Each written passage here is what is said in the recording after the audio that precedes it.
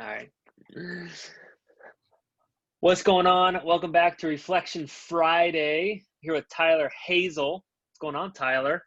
What's up, man? It's really warm out right now. Tyler's in the back. He's in the back of his truck. That's his office. Is that your real estate like office on wheels? And is this how we do it?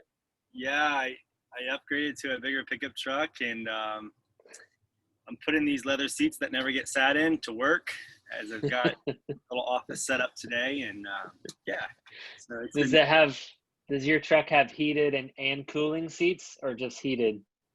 they have air conditioned seats for sure. Wow. Nice and cool and circulating and Nice. heated. No more sweaty backsides. No more sweaty back syndrome for sure. Oh, I can tell you stories about driving my old Dodge Dakota around for years. Now we're in the tundra, so life's better now. It's awesome, man. Well, hey, this is just a quick Reflection Friday. I always love chatting with you, man. I know we've gotten to know each other real well over the past several years. How long has it been now? 6 years, 7 years? I don't remember. It's been a little bit, but always enjoy just chatting with you, man. You're a good friend of mine, and I just want to kind of start back. So I'm going to ask you 2 questions. So the first one is kind of, what were you doing before real estate investing? I know you've been doing this for what, a decade now, more? So about 11 years. So I, if we really just jumpstart to the career period of my life, I was actually working in logistics sales for the longest time. It was just a regular 8 to 5. While working in that career, I also started buying rental homes and fixing them up. And so I'd buy a distressed home, fix it up, rent it out. I did that for a while. Towards the last year of my career, that's when I really started to double down by really figuring out how to monetize on all the different moving pieces. And ultimately, it led to breaking off from that career and really just focusing on real estate as a whole. And looking back at it now with everything that's been going on with just our economy, our politics, the world as a whole, it's really interesting to see how logistics, for example, it's a replication of what's happening in our economy, what's happening in the world. And then now that I'm in real estate, they go hand in hand, because what we're seeing right now is the exact representation of what's happening with our economy. Right now we have a booming market, and then the next day it's a terrible market. It's going back and forth, and it just seems like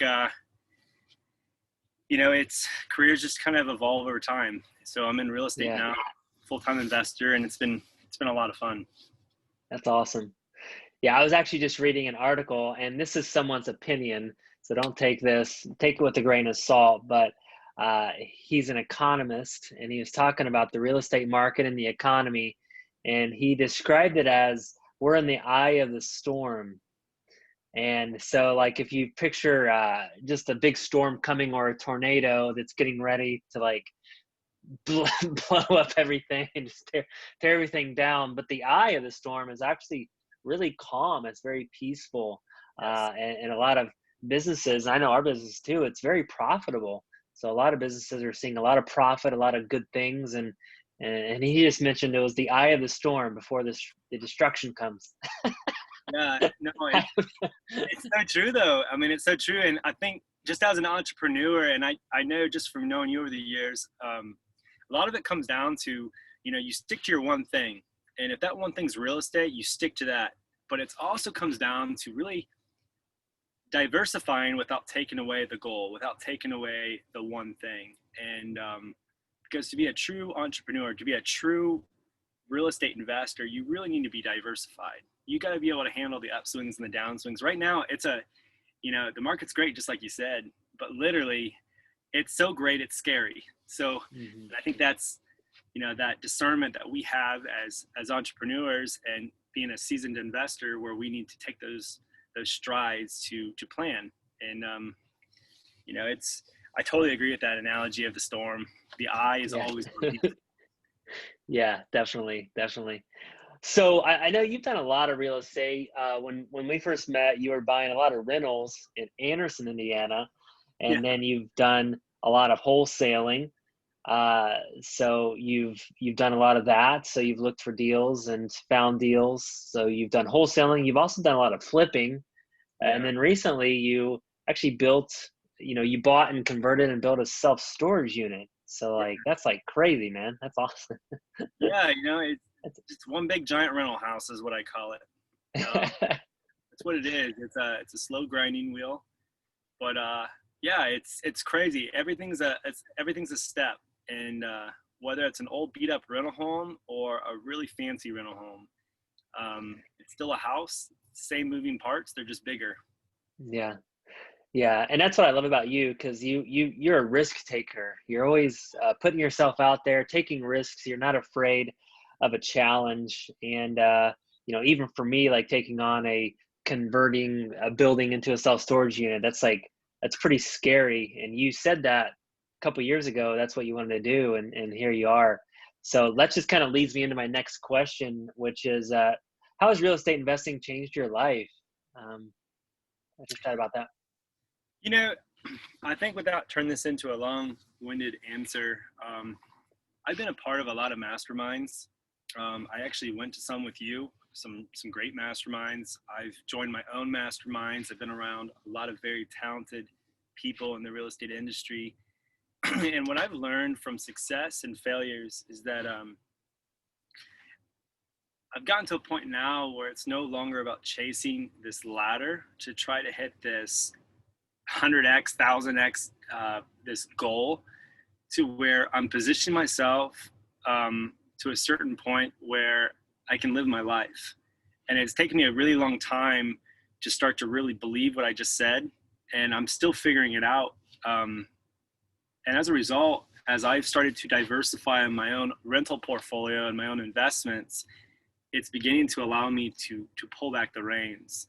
So now I'm not as lethargic for new revenue streams. I'm not running around 100 miles an hour just trying to get that last minute deal. And right now I'm okay with fewer deals. I'm okay with fewer rentals. I'm okay with doing a big silly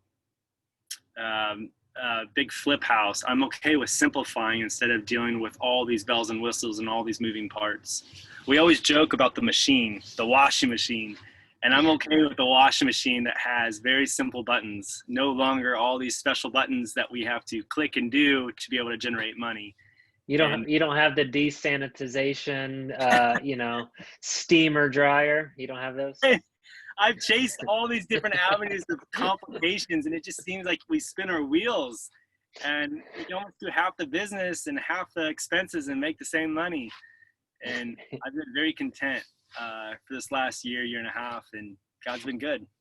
Yeah. Well, that's awesome, man.